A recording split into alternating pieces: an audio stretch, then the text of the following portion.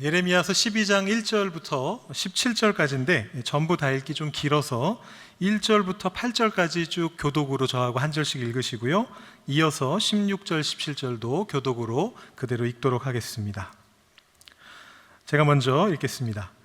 여호와여, 내가 주와 변론할 때에는 주께서 의로우시니이다. 그러나 내가 주께 질문하옵나니 악한 자의 길이 형통하며 반역한 자가 다 평안함은 무슨 까닭이니이까? 주께서 그들을 심으심으로 그들이 뿌리가 박히고 장성하여 열매를 맺었거늘 그들의 입은 주께 가까우나 그들의 마음은 머니이다.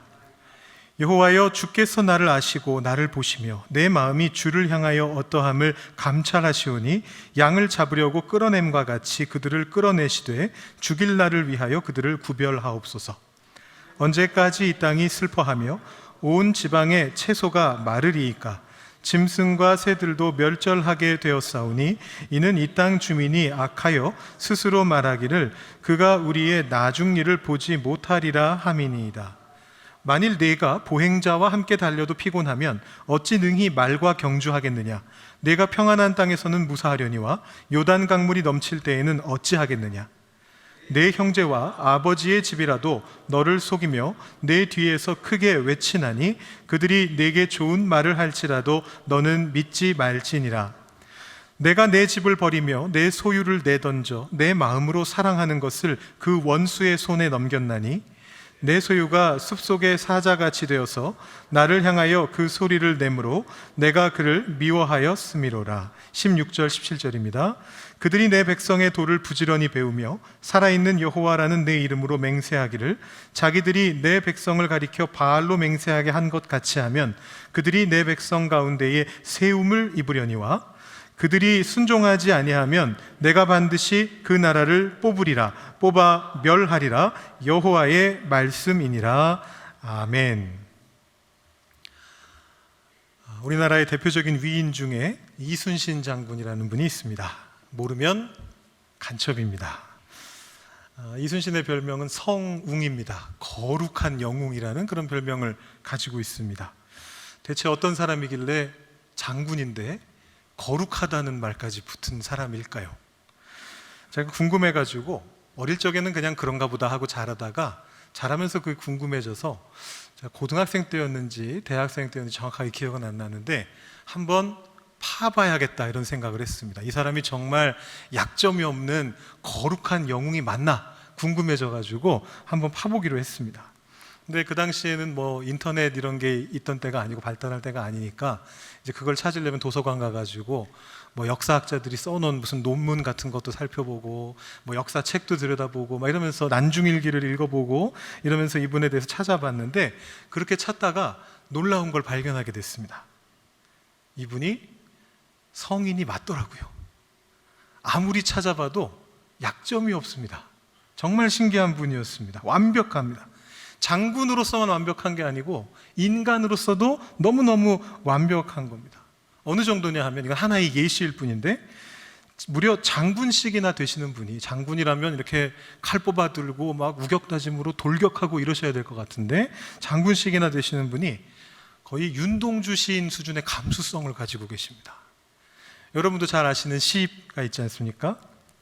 한산섬 달 밝은 밤에 수루에 홀로 앉아 큰 칼 옆에 차고 깊은 씨름하는 차에 어디서 일성호가는 남의 애를 끝나니 어디서 들려오는 한 줄기 피리 소리가 나의 마음을 흔드는구나 이렇게 고백을 합니다. 근데 제가 이 시 하나 때문에 말씀드리는 게 아니고 난중일기 이렇게 읽어보면 이분의 어떤 사고방식, 행동 양식 같은 것이 다 이런 감수성을 가지고 하고 있습니다. 그래서 제가 좀 더 깊이 파봤습니다. 혹시 그래도 약점이 있지 않을까? 딱 하나 발견했습니다. 여러분 혹시 원균이라고 들어보셨습니까? 이순신 장군을 모함했던, 그래서 삼도 수군 통제사직을 뺏어갔던 사람이 원균인데 이 원균에 대한 증오가 있어요. 난중일기를 읽어보니까 아주 이 원균이라는 사람을 무슨 쫌생이 수준으로 아주 막 비하를 합니다. 그 사람도 장군인데 설마 그랬을까 싶을 정도로 아주 비하를 합니다. 그래서 제가 발견했다. 드디어 이순신 장군의 약점을 발견했다. 이렇게 생각을 하고 원균에 대해서 알아봤습니다.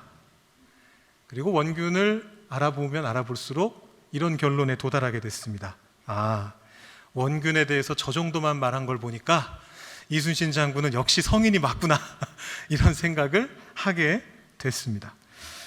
이런 분을 부르는 표현이 있습니다. 요즘 유행하는 말 중에 파파미라는 말이 있습니다. 혹시 무슨 말인지 아시나요? 들어보셨나요? 아, 예, 맞습니다. 파도 미담, 미남이 아니고 미담입니다. 파도. 그 사람이 너무 괜찮아 보여서 계속해서 이 안에 어디 털어서 먼지 안 나는 사람 없으니까 한 번 더 파봐야지 할 때마다 오히려 좋은 얘기만 나오는, 미담만 나오는 사람이다, 그런 말인데 바로 이 이순신 장군이 그런 케이스입니다. 제가 이렇게 알게 된 다음에 또 다른 의문이 생겼습니다. 이순신 장군이 정말 성웅이고 성인인 게 맞는데 이분은 하나님을 몰랐잖아요. 그러면 이 이순신 장군이 구원을 받지 못하는 게 아닐까요? 이렇게 완벽한 사람이, 이렇게 완벽하게 살았던 분이, 이렇게 윤리적으로 훌륭한 분이, 이렇게 훌륭한 감수성을 가지고 있었던 분이 구원을 받지 못한다? 하나님 그거 맞아요? 이런 질문이 제 마음속에 생겨나게 된 것입니다. 그래서 나름대로 굉장히 진지하게 고민하면서 진지하게 기도도 했습니다. 하나님 이거 맞습니까? 하나님 이렇게 되는 게 정말 맞습니까? 하나님 뜻이 이게 맞습니까? 이렇게 기도를 했습니다. 그러다가 하나님께서 저의 마음에 깨달음을 주셨습니다. 그 깨달음이 뭐였냐면 이런 말씀이었습니다. 내가 나보다 더 그 사람들을 사랑하느냐? 내가 나보다 더 그 사람들을 사랑하느냐? 그 음성이 제 귀를 딱 들려오는데 제가 무슨 생각을 하게 됐냐면, 나는 그냥 지적인 허영심을 가지고 이런 사람들은 훌륭한 사람들인데 이렇게 훌륭한 사람들이 천국에 못 가는 건 너무나 말이 안 되는 것 같은데, 이런 지적인 허영심을 가지고 하나님께 따져 묻고 있었는데, 생각해 보니까 하나님께서는 우리 모든 사람들을 사랑으로 그렇게 바라봐주고 계시는 분인데 내가 하나님의 마음을 너무 넘겨짚으려고 한 건 아니었을까, 이런 생각을 하게 됐습니다. 그래서 욥처럼 저도 입을 막게 됐습니다. 결론은 모릅니다. 이순신 장군이 천국에 갔는지 못 갔는지 모르지만 하나님께서는 하나님의 뜻이 있으시겠구나라는 생각을 하게 되었습니다. 하나님의 뜻을 고민한다라는 것은 굉장히 복잡한 것입니다. 쉽지 않습니다. 하나님의 뜻을 내가 그냥 다 알아서, 너무 쉬워서, 성경에 적혀 있는 말씀들이 너무 잘 이해돼서 내가 그냥 그대로 똑같이 행동하기만 한다고 해결되는 것이 아닙니다. 아까 전에 같은 그런 지적인 영역도 있고요, 혹은 우리의 삶의 영역 속에서도 내가 살아가는 공간들 속에서 어떻게 하는 것이, 내가 어떤 행동을 하는 것이 하나님의 뜻이 이루어지는 것인가, 이것은 그때그때 상황 따라 달라지게 됩니다. 그렇기 때문에 하나님의 뜻을 고민한다라는 것은 정답을 찾을 수가 없습니다. 그런데 제가 오늘 정답은 아니지만 정답에 근사한 답을 하나 말씀드려보고자 합니다. 하나님의 뜻을 고민한다는 것은 무엇이냐? 바로 하나님과 공감하는 것이다. 하나님의 마음을 느끼는 것이다 라고 그렇게 정리해 보려고 합니다.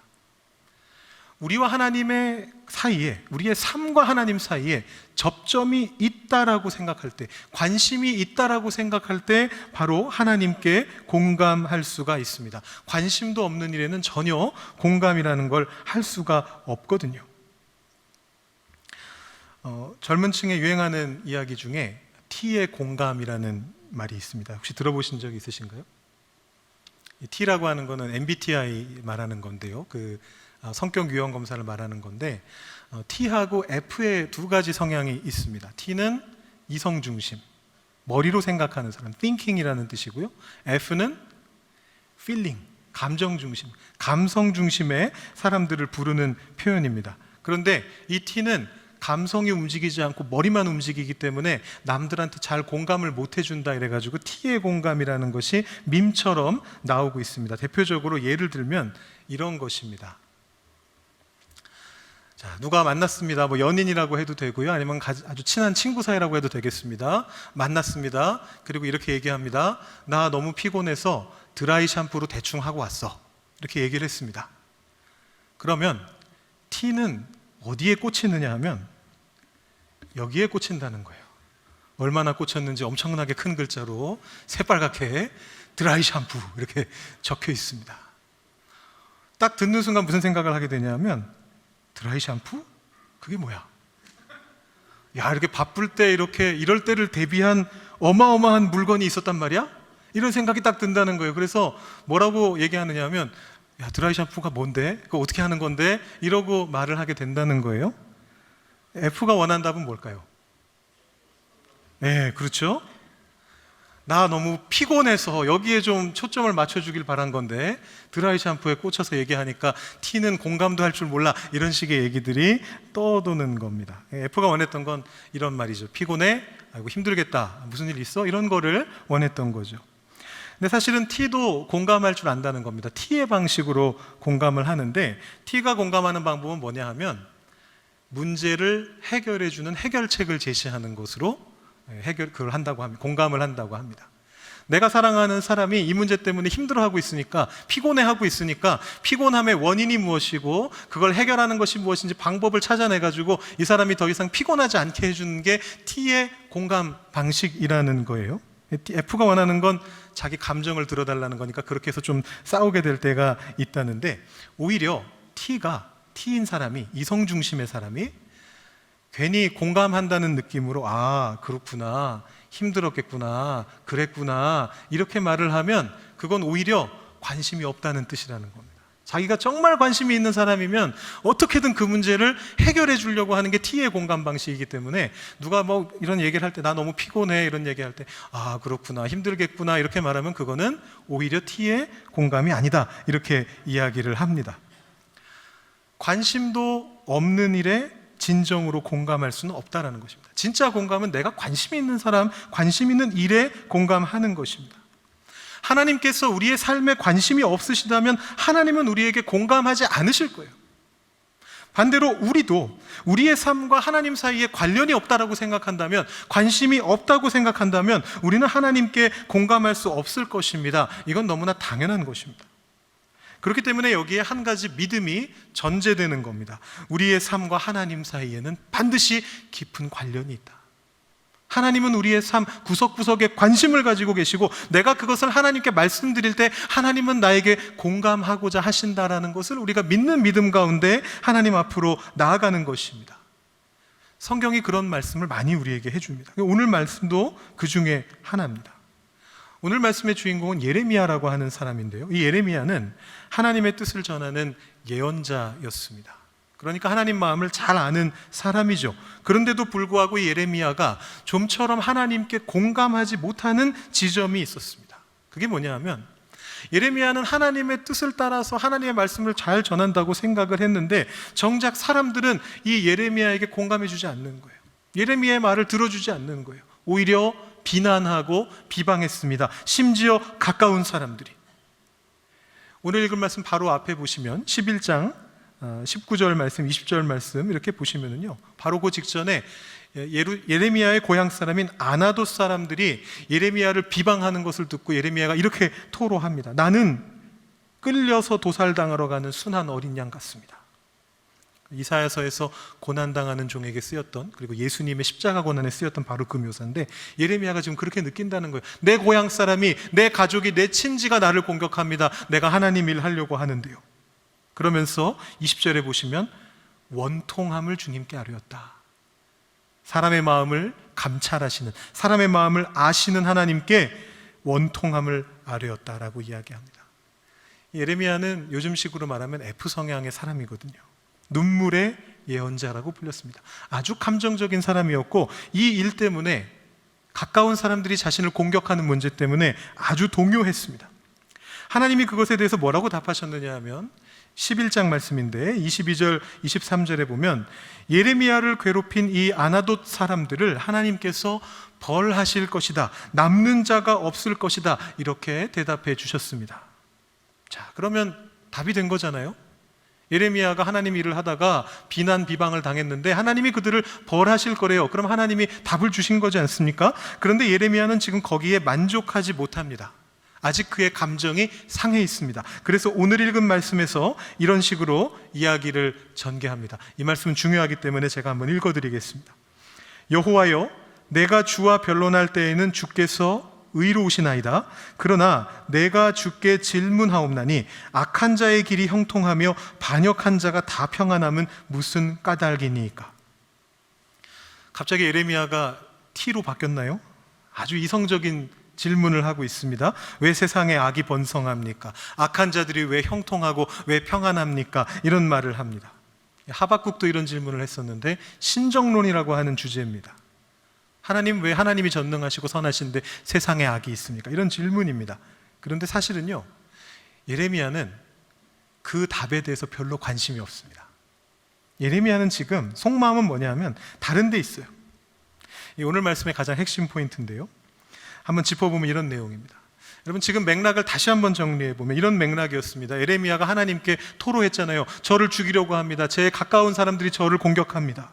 저는 원통합니다. 하나님 어떻게 하실 겁니까? 하나님이 거기에 대해서 답을 주셨습니다. 그래, 네 말대로 할게. 내 말대로 그 사람들 벌 줄게 해서 해결이 잘 된 것 같았습니다. 거기에다가 하는 말입니다. 그런데 왜 악이 번성하죠, 하나님? 지금 답을 들었는데도 비꼬듯이 묻는 거예요. 왜 악인이 형통하죠? 이게 맥락뿐이 아닙니다. 표현도 마찬가지입니다. 이 말씀이 지금 한국말 번역 때문에 여러분이 느끼시기 쉽진 않습니다만, 여기서 사용되고 있는 표현들은 전부 다 재판정에서 사용되는 단어들입니다. 그러니까 지금 여기에서 예레미야가 내가 주와 변론할 때 주님은 의로우십니다라고 고백하고 있지만 그거는 찬양이 아닙니다. 의례적인 말입니다. 우리가 재판정에 나가서 검사나 변호사가 일어나서 존경하는 재판장님 할 때 정말 그 재판장을 존경해서 하는 말이 아니듯이 여기에서도 마찬가지입니다. 하나님, 재판장으로 거기 앉아 계시는군요. 그런 얘기를 한 겁니다. 그리고 나서 이야기하는 거죠. 고발당하는 존재들, 아나돗 사람들, 예레미야를 공격했던 사람들, 그 사람들이 잘 사는 이유가 하나님이 그렇게 하셨기 때문 아닙니까? 2절 상반절에서 이렇게 얘기합니다. 주께서 그들을 심으셨으므로 그들의 뿌리가 박히고 장성하여 열매를 맺었습니다. 책임이 하나님께 있는 거 아닙니까? 라고 얘기하는 거예요. 고발하고 있습니다. 지금 하나님을 고발하고 있는 상황입니다. 요즘 AI가 점점 발전하니까 그런 얘기들이 나옵니다. AI 판사를 도입해야 한다. 들어보신 적 있나요?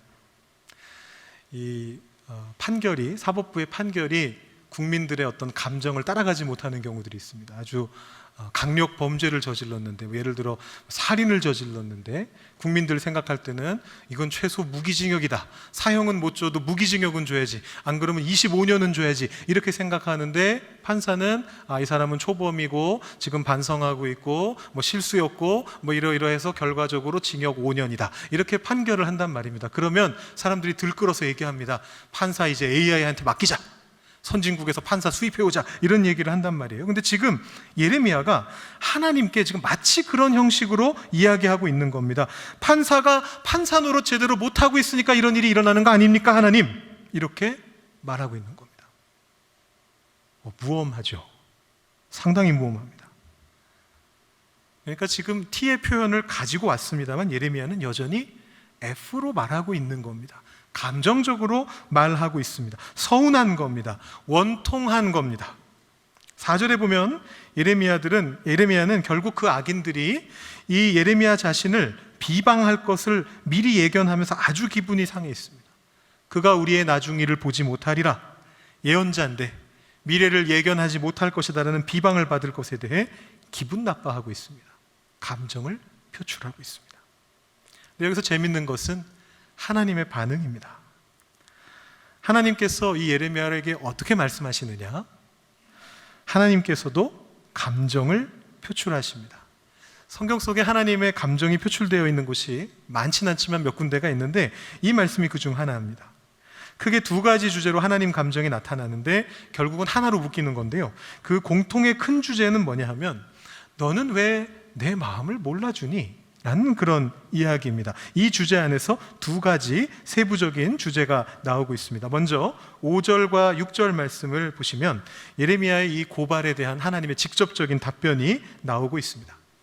만일 내가 보행자와 함께 달려도 피곤하면 어찌 능히 말과 경주하겠느냐? 내가 평안한 땅에서는 무사하려니와 요단 강물이 넘칠 때에는 어찌하겠느냐? 내 형제와 아버지의 집이라도 너를 속이며 내 뒤에서 크게 외치나니 그들이 내게 좋은 말을 할지라도 너는 믿지 말지니라. 가족 친지들이 예레미야를 공격하고 있는 이 모습은 연습 게임이라는 겁니다. 앞으로 더 큰 환란이 올 것이다 라는 겁니다. 자, 그러면 더 힘든 일 아닌가요? 여기서 발상의 전환이 나타납니다. 어차피 이 더 큰 환란은 오게 되어 있습니다. 예레미야가 뭘 잘한다고 해결되지 않습니다. 이스라엘 백성들이 지금 그 멸망의 구렁텅이로 달려 들어가고 있습니다. 그 환란은 반드시 오게 됩니다. 그러면 이 환란을 어떤 마음으로 대처해야 하느냐라는 것입니다.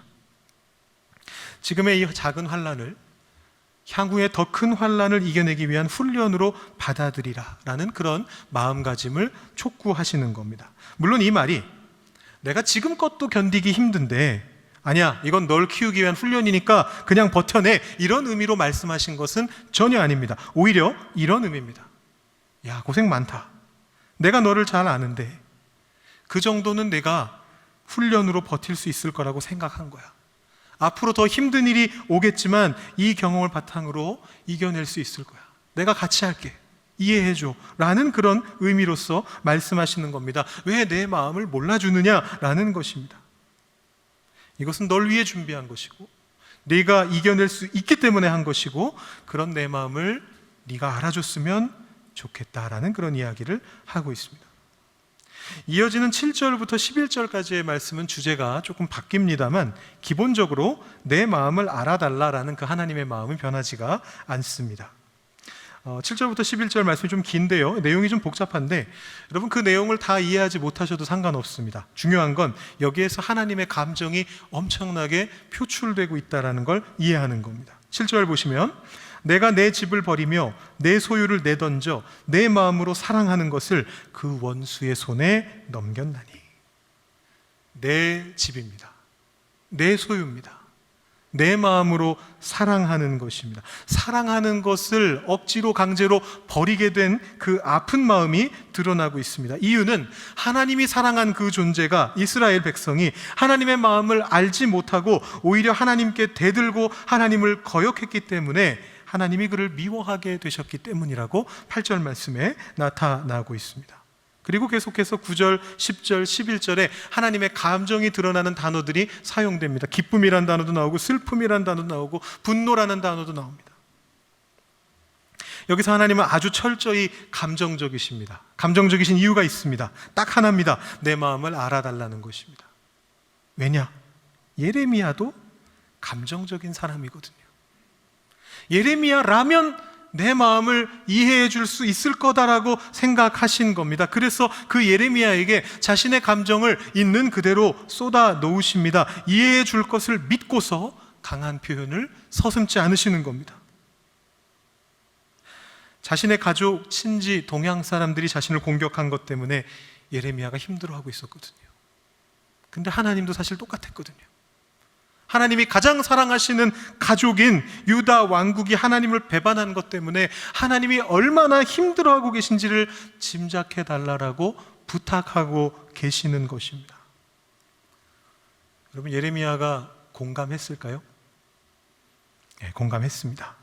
12절 이하의 말씀을 보시면 예레미야가 지금까지 자신은 원통하다 그랬거든요. 하나님 말씀 전하는데 사람들이 저를 대적해서 제가 원통하고 서운해 죽겠습니다 이렇게 말하고 있었는데 다시 하나님의 마음을 자신의 마음에 담아서 예언을 시작합니다. 여러분, 이런 이해와 해석 없이 이 12장 말씀을 그냥 읽으시면요, 마치 하나님께서 폭주하셔서 분노하셔서 세상을 멸망시키시려고 달려드시는 것처럼 그렇게 읽혀집니다. 그런데 예레미야가 어떤 사람인지를 알고 11장에서 예레미야가 어떤 경험을 했는지를 알고 그 다음에 다시 이 하나님의 말씀 속으로 뛰어들어 보면, 그리고 예레미야의 예언을 읽어보면 이것이 얼마나 감성적인 공감대 형성의 자리인지를 발견할 수 있게 되는 것입니다. 하나님은 예레미야에게 관심이 많으셨습니다. 그가 어떤 성향의 사람인지 알고 계셨습니다. 그의 삶에도 관심이 많으셨습니다.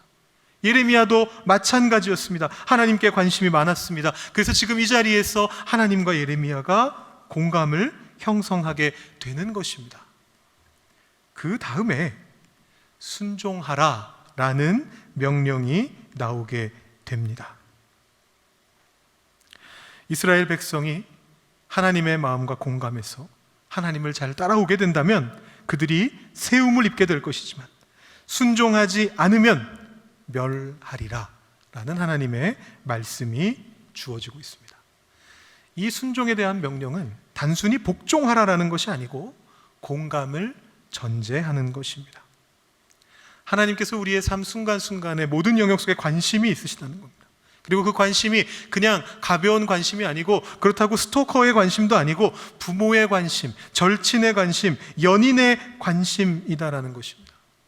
이성 친구를 처음 사귀게 되면 그 사람의 일거수일투족이 어떻게 되는지 다 관심이 생기듯이 하나님께서도 우리 한 사람 한 사람의 일거수일투족에 관심을 가지십니다. 그리고 우리에게도 같은 관심을 요구하시는 겁니다. 하나님의 일거수일투족에 관심을 가져달라라고 이야기하시는 겁니다. 그렇기 때문에 하나님 말씀에 순종하기 위해서는 먼저 하나님의 뜻에 공감해야만 합니다. 순종은 공감입니다. 그럼 하나님과 공감을 시도해야 됩니다. 우리 삶의 영역에서 일어나는 일 가운데 정답은 없습니다. 언제나 하나님과 대화하며 하나님의 마음을 품으려고 하는 노력이 필요합니다. 예를 몇 가지 들어보겠습니다. 우리 주변 사람들 중에 나를 힘들게 하는 사람들이 있습니다. 직장 상사일 수도 있고요. 뭐 이렇게 주는 거 없이 미운 사람일 수도 있고요. 나하고 결이 안 맞는 사람일 수도 있고요. 여러 가지 사람들이 있습니다. 그런 사람 만날 때 이런 생각이 들 수 있어요. 정말 짜증난다. 저 사람은 도대체 왜 저럴까? 왜 저렇게 행동할까? 나만 힘들잖아. 이런 생각이 들 수가 있습니다. 분노와 비판과 원망이 생겨날 수 있습니다. 이때 하나님의 마음에 공감해 보는 것입니다. 하나님, 저 사람에 대한 제 마음이 지금 이렇습니다. 숨길 필요 없습니다. 일부러 없앨 필요도 없습니다. 일단 하나님께 말씀드리는 겁니다. 그러면서 그런데 하나님은 저 사람을 어떻게 보고 계신가요? 어쩌면 저 사람이 저렇게 행동하는 것 뒤에 남모를 아픔이나 가정의 어려움이나 깊은 불안감 같은 게 있는 것은 아닐까요? 하나님께서 저에게 혹시 알려주실 수 있다면 알려주십시오. 어떻게 대처하면 좋을지 지혜를 주십시오. 하나님의 긍휼한 마음을 저에게 허락해 주십시오. 기도하며 나아가는 것입니다. 이렇게 길게 기도하지 않아도 됩니다. 우리 부흥회 때 화살기도 배우셨잖아요. 짧게 기도하셔도 됩니다. 하나님, 지금 제 마음이 이렇습니다. 하나님 마음 품을 수 있게 해주십시오. 짧게 기도해도 좋습니다. 비난을 기도로 바꾸고 불평 대신에 작은 친절을 베풀어 보는 것입니다. 하나님의 도우심을 구하면서 말입니다. 또 이런 경우도 있습니다. 뉴스를 보면서 각종 사건, 사고, 정치적인 갈등 이런 소식을 들을 때 이런 마음이 드실 수 있어요. 세상이 왜 이 모양이야? 저 사람들은 진짜 정말 나쁘다. 정말 지옥에 떨어질 사람들이다. 이런 생각이 들 때가 있습니다.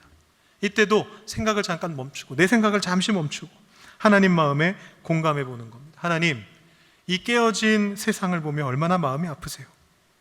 제가 감히 하나님의 마음을 다 이해할 수는 없지만, 헤아릴 수는 없지만 저에게도 세상을 보며 탄식하시는 이 세상을 구하고자 하시는 하나님의 뜻을 깨닫게 해주십시오.